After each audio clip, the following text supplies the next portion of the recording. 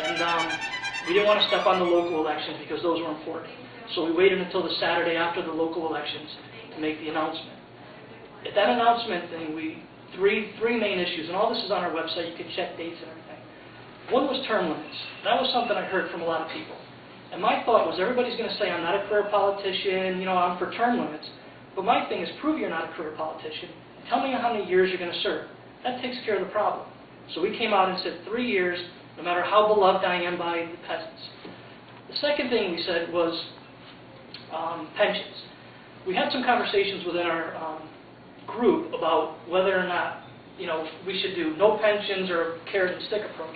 And what we said that day was, if the budget isn't balanced in my last year of office, we won't accept a congressional pension. That's kind of more, you know, in our forums and everything else. Mark Greenberg presented a pledge. He said he's not taking a congressional pension. And we've all signed up on it. Now, Art put together a forum in Woodbury, and we have some forums in Newtown. And the 5th District race really is one that the national media should be focusing on now. Because we've solved the term limits, because we've all said we're only going to serve X amount of time. It's different, but we have everybody on tape what they're going to pledge. We also have solved the congressional pensions because we've all decided not to take them.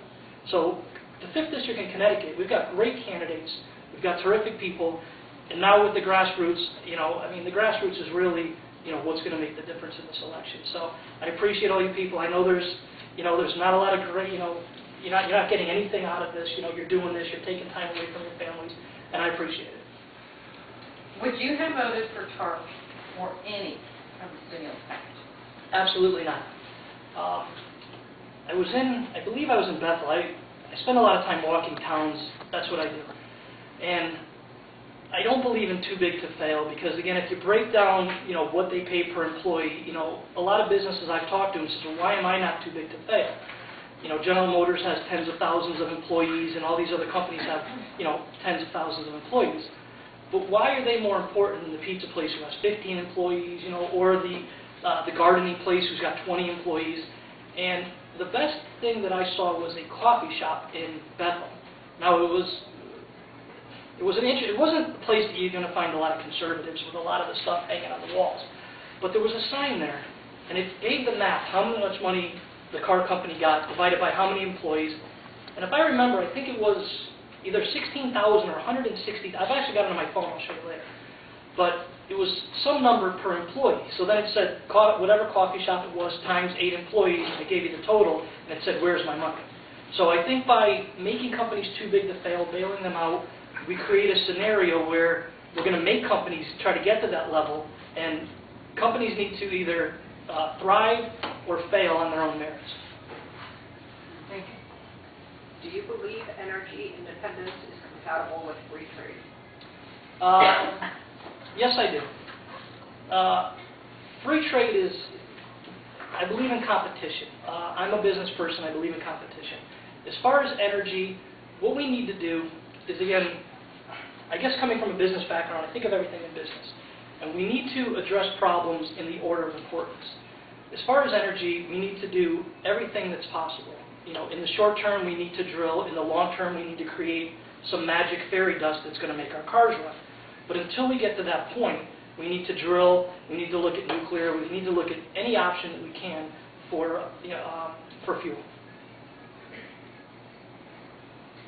What immediate actions need to be taken to turn the economy around and stabilize the dollar? Great question. What we need to do from a business standpoint, and I've been through several of these up and down cycles, we need to let business people know what to expect going forward. Without a level playing field and without knowing, well, am I going to get taxed if my name's Fred, or if I'm making X amount of money, or we don't know where this government is going. We need to let business people, you know, have stability and know what's going to be coming up so they can plan accordingly. In downturns in the past in my business, what I've used is I've used the downturns to go out and buy inventory at distressed prices. And then when the market turns around, I've been able to, you know, sell the merchandise. We need to, you know, let businesses, the people that create money, know what the regulations are going to be going forward. But we need to also pay down our debt and stop creating debt. In order to help our country, we need to get our debt down so we don't owe money to all these other countries. Speaking of debt, the entitlements that I'm sure you're aware are threatening to bankrupt us, if not already doing so. Do you believe it's politically possible to undo those entitlements and that damage? And if so, what course would you recommend to be able to undo this legislation?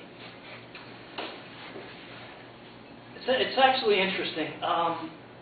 In Woodbury, I came and I did a little speech, and one of the gentlemen had asked a question about pensions. And I caught a little grief for it.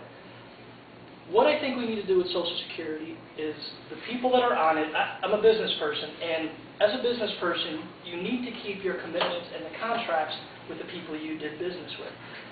I would love to just say, let's take away from this one, this one, this one, but what you need to do is you need to honor the contracts that people in the past have made, whether or not you agree with them or not.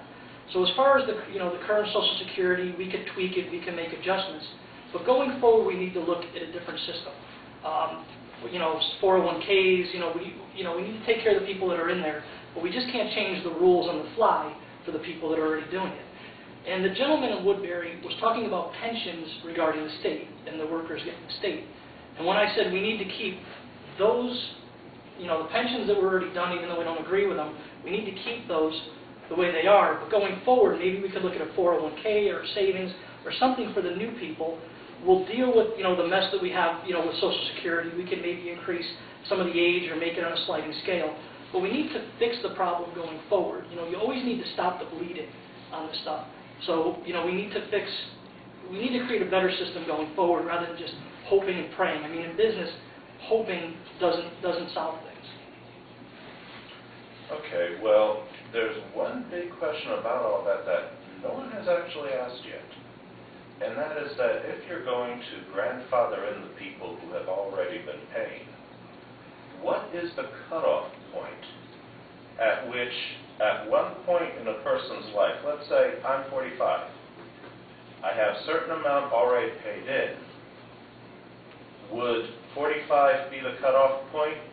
50, 40, 30? At what point do you move the new people onto the new system? And if the people who you're moving on who fall below that cutoff point have already paid in, what do you do with that money? Great point. That's something, again, we should sit down, we should look at them in the numbers, the numbers about, what makes sense. I would be for any system that, again, I'll be 44 in a couple of weeks, so we're in about the same boat. I don't know if we're going to see anything to begin with. But what we can do is maybe see what we've paid in, make sort of, we're going to have to bite the bullet one time once we come up with a system. So, again, I would be willing to listen to it, look at actuarial tables and see what makes sense, and bite the bullet one time. Now, again, if somebody's 20, I may say that the right age is 22, you may say it's 24, the next guy may say it's 26. At the end of the day, if we settle on 27 or 25 and a half, we just need, we need the right information. So again, I won't just say something to make it seem like it's, the right answer. I would have to seriously look at, the math behind it. But I would be for anything, anything that makes sense. I would be for me looking at what I've paid in so far and maybe saying, okay, let me take a hit on half of that. Half of that goes into my, and seeing if it makes sense. I mean, I wouldn't commit to something here. I'd have to see all the information about the numbers. Thank you. Believe the federal government's role is regarding the Second Amendment? Second Amendment is it's pretty simple to me. It is, I say it a lot, and my wife gives me grief, but it is what it is. It's pretty simple. I mean, it's straightforward. We don't need gun bans or anything else in D.C. I mean, again, it gets into a lot of the cliche thing. Guns don't kill people. People kill people. I've seen a good bumper sticker that says, guns when the police are a minute away, or guns when seconds count, but the police are a minute away, or something like that.